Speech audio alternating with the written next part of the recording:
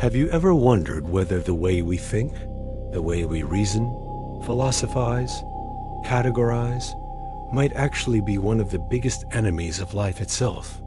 That sounds extreme, I know. But that's exactly what Friedrich Nietzsche argued, that the tradition begun by Socrates, refined by Plato, and systematized by Aristotle, carries a hidden poison, a denial of life itself. Today, we're going to travel from the ancient streets of Athens to your own daily thoughts. We'll ask, did Socratic reason betray life?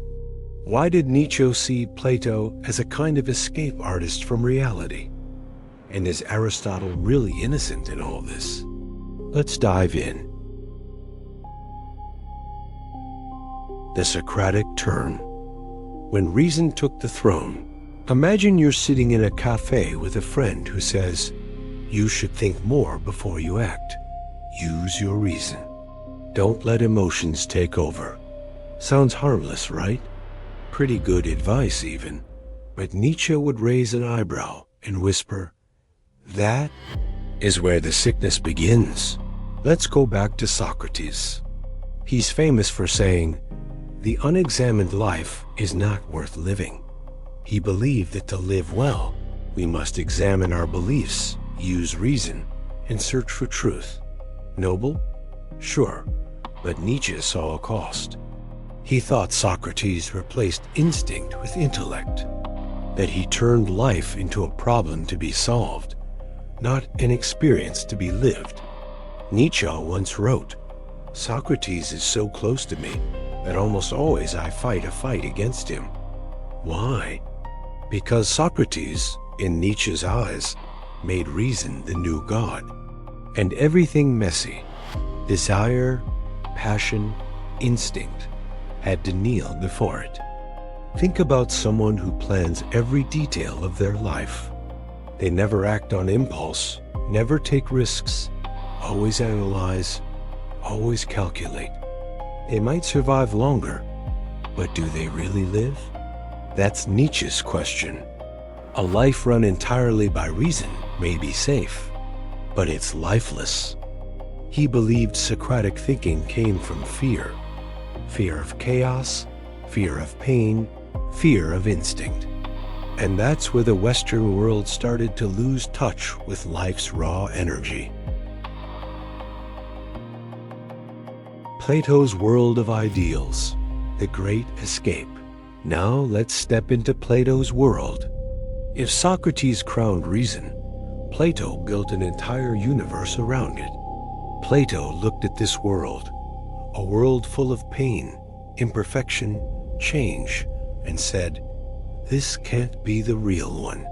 So he invented another world, a perfect one, eternal, unchanging, the world of ideas or forms, where everything is pure and everything makes sense.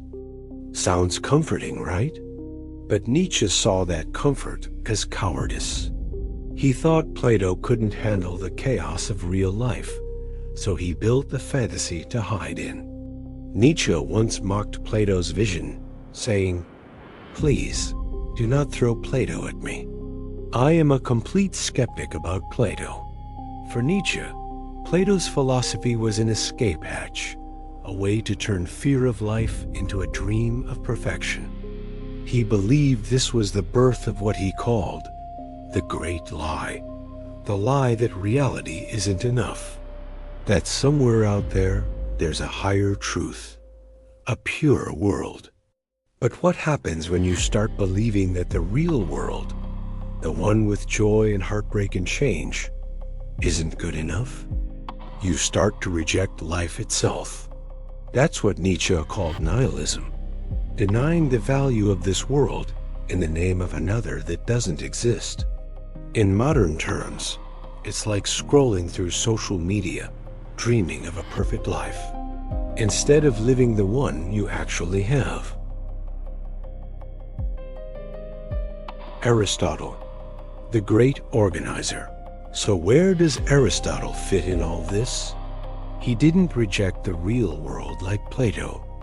He studied nature, the senses, human behavior. He valued experience. But Aristotle also loved order. He wanted to categorize everything: plants, animals, virtues, emotions. He believed the world could be neatly understood and organized through logic. Nietzsche respected him more than Plato, but still saw a problem. Because to Nietzsche, even Aristotle's order was another way of taming the chaos of life. Think about it. When we label everything, when we put people into boxes, introvert, extrovert, smart, stupid, good, bad, we start to kill the mystery that makes life so alive. Nietzsche thought Aristotle's neat categories dulled the sharp edges of existence. It's like taking the wild, unpredictable music of life and turning it into background elevator music. Nietzsche's alternative, saying yes to life. So what did Nietzsche want instead? If reason, ideals, and order aren't enough, what's left? He called it affirmation of life, or in Latin, Amor, Fati, love your fate. To not just accept life, but to love it with all its pain, beauty, chaos, and uncertainty. He wrote, "What does not kill me makes me stronger." That's not just bravado. It's a spiritual stance. It means everything that hurts you teaches you. Everything that breaks you reshapes you. Nietzsche also talked about two ancient forces, the Apollonian, order, logic, clarity, and the Dionysian, chaos, passion, creation. He said true art, true living, comes from the dance between the two. But Western culture, starting with Socrates, killed the dance. We chose control over creativity. And Nietzsche wanted to bring the dance back.